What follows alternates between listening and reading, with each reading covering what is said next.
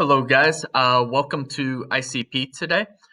Today you guys can now see me. So welcome to ICP today. Today you guys are doing a lab. This lab is based on comparing some different properties between ionic and covalent bonds. For those of you at home, it is based on this paper that the students at school are going to be doing in class. Now, for that, it kind of lists some information about ionic and covalent compounds. This information you can find in the assignment at the top in the instructions part. For example, it talks about how ionic compounds are formed between anions and cations, so negative and positive ions. It also talks about how covalent bonds are between sharing electrons, and you can have polar and nonpolar covalent compounds. Now, the purpose of this lab is to examine the physical properties of 3 different compounds and try to determine if they are ionic, polar covalent, or nonpolar covalent based on their properties. Now, the first property we are looking at is melting point. So for the melting point, the students are going to be using a little metal aluminum foil boat such as this. Okay, it's flat bottom on the bottom, and on the top it has edges around it to keep anything from leaking out. Now in this, they are going to put a little bit of salt in one corner, a little bit of wax in another, and a little bit of sugar in the other. So those are the 3 compounds that they are comparing and trying to determine the bonds.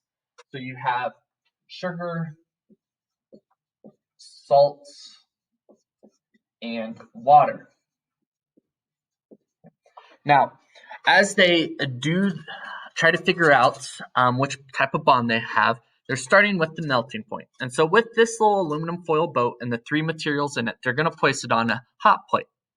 Now, as the hot plate heats the materials up, you're going to see the melt based on their melting point. So the first one to melt is going to have the lowest melting point, and the second one to melt is going to have the second melting point. And then at that point, they're going to stop because they know the third one's going to have the highest of the 3 melting points. In this particular situation, with these 3 different materials, this isn't water, it should be wax. The wax is going to be the first that melts, the sugar is going to be the second that melts, and therefore the salt would be the third. Okay. Now, what I'm writing up here on the board is based on the data table, which you can find a copy of that data table at the top of the lab assignment on Canvas. You should see that in the instructions part of the lab. So when you do the melting point, you will determine the order that they melt in. Now, the second test is the test of solubility. So we are going to be checking, do they dissolve in water? Now,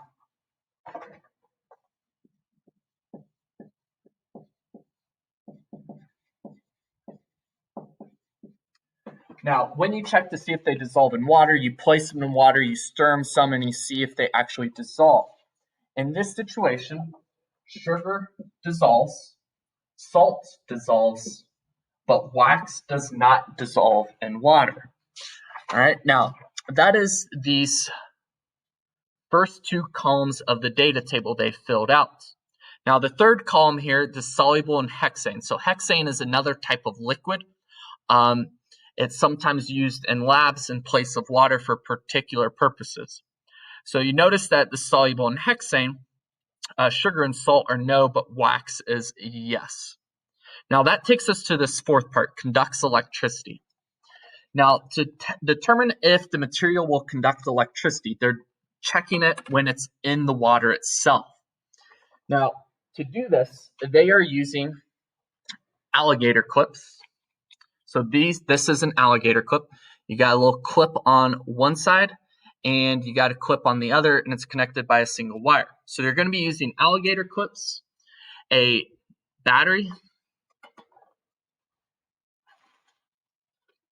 a Christmas light, and this Christmas light has been stripped so it's just a single light, and you can see the wires are exposed on both ends. And they're going to be using some straightened paper clips. Now, when they design this, they are designing it to test if the material in a thing of water, if it will conduct electricity. So they start by placing a straightened paper clip into that material in the water. Now this is hooked up to an alligator clip. This alligator clip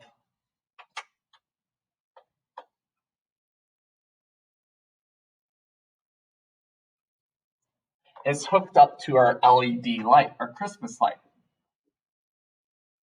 All right, so there's our light bulb, and this is hooked up to another alligator clip. This alligator clip is hooked up to our battery, and this battery is hooked up to a third alligator clip, which is hooked up to a second straightened paper clip. So what we have is our battery, and it's connected, and so what's supposed to happen is the electricity will flow from the battery through this wire, through the paper clip into the liquid. Now, if the material that's in the liquid will conduct electricity, that electricity will continue to this other paper clip and continue to this alligator clip, and then it will flow through the light, causing it to glow before the electricity circuit returns to the battery. So if our material, so our sugar, salt, or wax, can conduct electricity, this light bulb should turn on. Now, it might be bright, it might not be bright. It depends on just how well things are conducting. But we are just seeing, is the light turning on? So is the electricity being conducted? Now, as this part of the experiment is done, the result is, so conductivity test, is that the sugar will not conduct electricity. The salt, when it is dissolved in water, will, and then the wax, when it is in water, will not conduct electricity. So that's the result of our third test. Okay, does it conduct electricity? Now that takes us to the last part of that table. Okay, and so on that last part of that table, it's asking the type of bond. That is where you're going to have to use these results to determine what type of bond it is. And that will be based on the information about each of those bonds. Okay, so you'll need to make sure to read the information for each of those compounds and what type of properties those compounds are going to have. And then you will need to answer those questions. I'm sorry you guys can't do this lab yourself. If you have the equipment, you can try to do it at home yourself. This is one that most of the kids tend to enjoy to at least attempt to try to do. It's just kind of annoying that we can't have you guys do it as well with them. All right, so anyways, if you got questions as you start answering the questions, let me know, and we will try to figure them out.